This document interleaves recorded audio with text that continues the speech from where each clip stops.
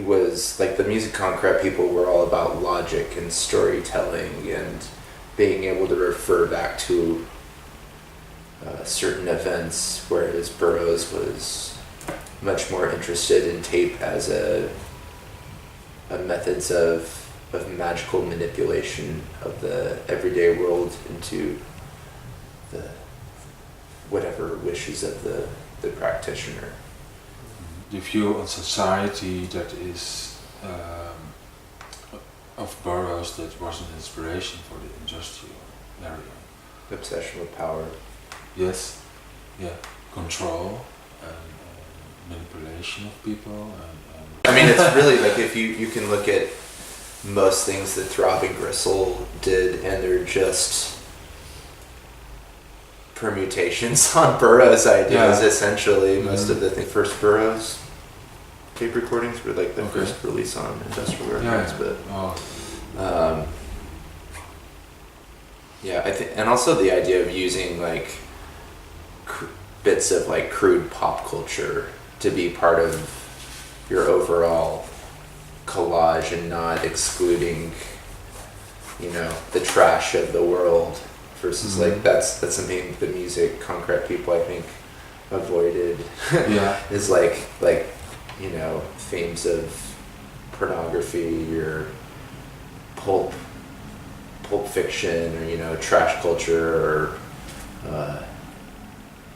things that were taboo to talk, like, you know, using taboo imagery or whatever. Low culture. Yeah, low culture.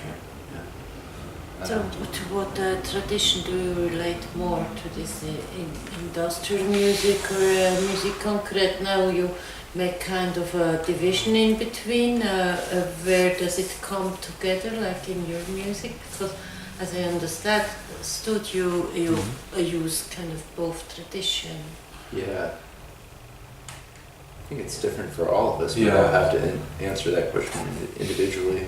Right. As far as working methods and aesthetics, I think I borrow from both equally to a certain extent, because I really like pounding mechanical things or like mechanical drones, or I use a lot of machine recordings, like air conditioning units or just different motor sounds that just sound like drones. I guess that's more associated with industrial music than music concrete. But I also find a lot of the attention to detail and silence and subtlety of music concrete to be like it's so sensual, and like it's really hard to find that in other forms of music, and rather than like industrial music can also be like pop music in a lot of ways. It develops this way. Yeah, like I think industrial music developed from experimental music towards pop music, you know. And I think sometimes I want to have things that are more like, sometimes I try to have things that are more like songs or like repetitive elements in the midst of the chaotic collage. Yeah. I think I tend to make more, I guess, musical compositions, but there's periods where there's, I guess, a little bit more industrial, but there's always, I always use field recordings, and a lot of times, I guess they're sounds that people would normally not find interesting or want to listen to, and so then one I guess process is how do I integrate this with musical elements to like make something totally different and new, but also something that gives something to the listener, like not just arbitrary juxtaposition. But tape sounds, I guess, even if maybe the content isn't industrial, I think I tend to prefer the lo-fi over Mhm. anything else. Yeah. Leaves some room for the imagination. Also, yeah. Because I use many field recordings, I would like to know more about musique concrète. I have more affinity with industrial music and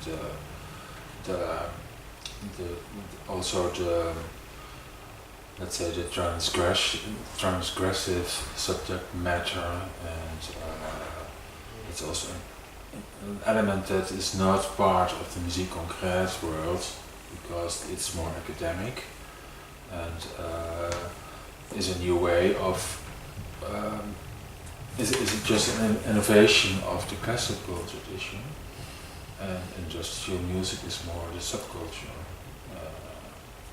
approach to music, and these are different worlds, but I have affinity with both, and I feel no obligation to choose one of them. Jesus. And I think that's how most people are increasingly, because of internet culture and people's ability to, from a younger age, check out Henry Chopin and Throbbing Gristle and Front 242 and like techno music. It's like there's no. Yeah. For me, like industrial is really important in its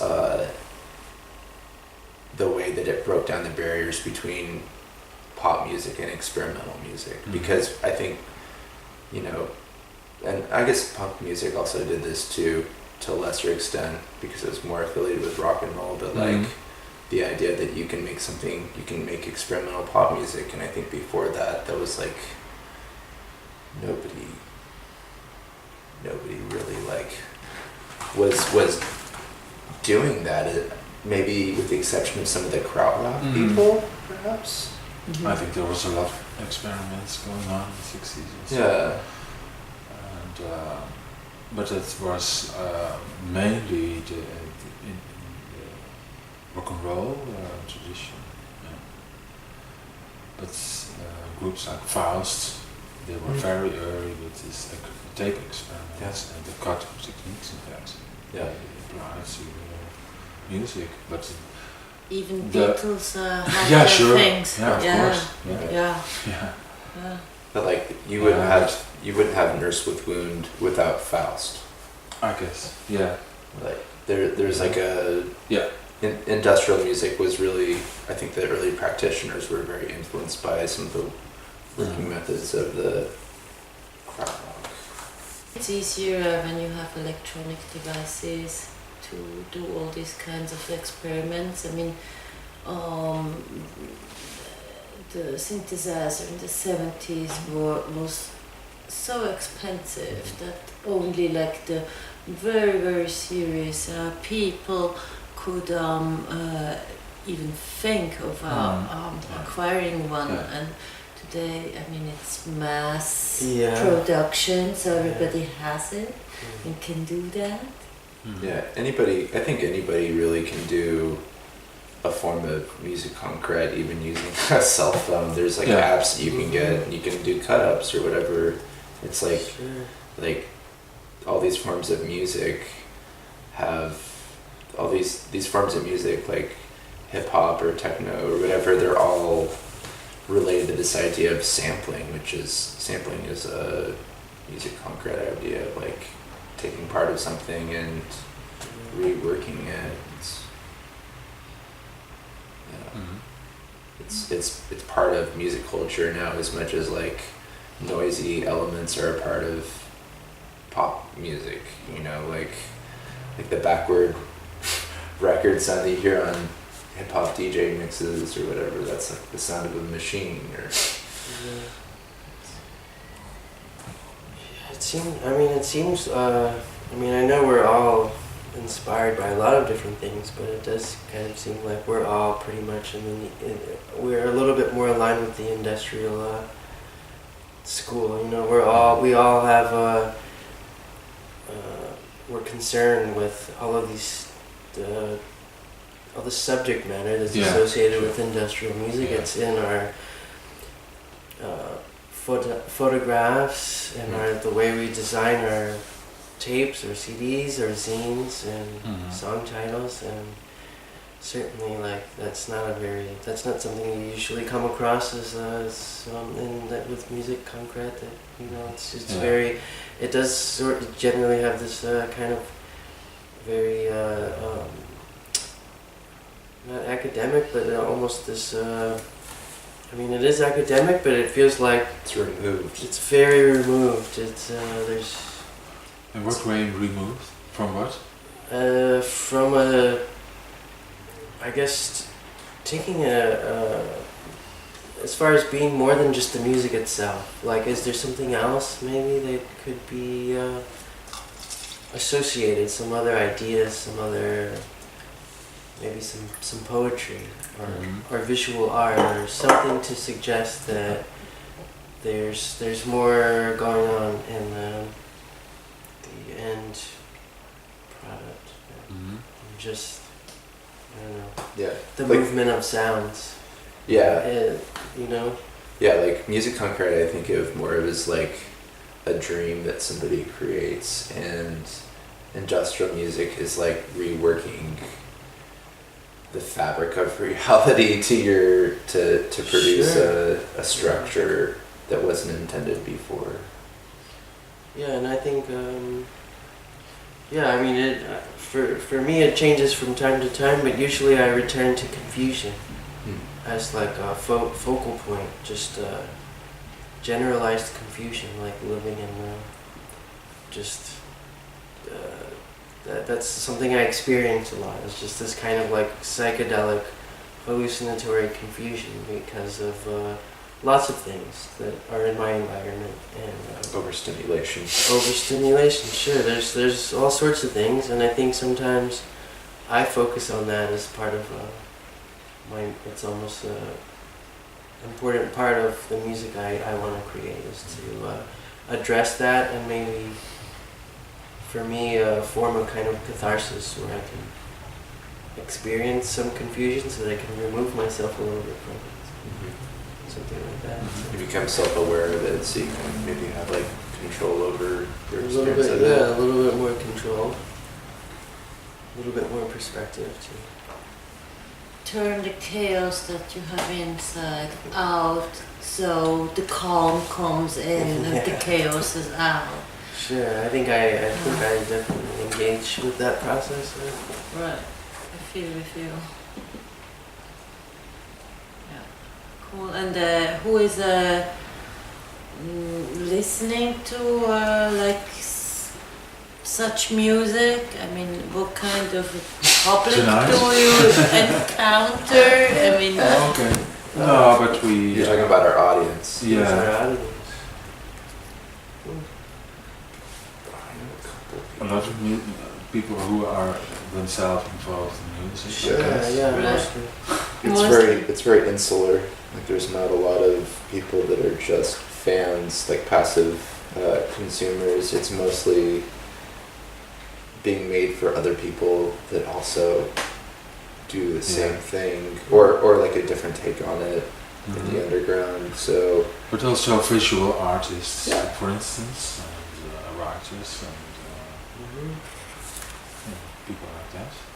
so it's not very accessible for your everyday person at the end. I wish it was. You'd make a lot more money off of it. Well, Some I don't know. I feel like sometimes some of my things I share them with just random people sometimes, and some are confused, and some are like, "Wow, I like that one. That's interesting." Some are like, "Oh, this is cool, but maybe you should not do so much of this or something." So I've gotten all sorts of different reactions, but I think maybe half the time people are like, interesting, but it's not something I really want to listen to. I think one of the best compliments I ever got was from a middle-aged person who came to a show and said that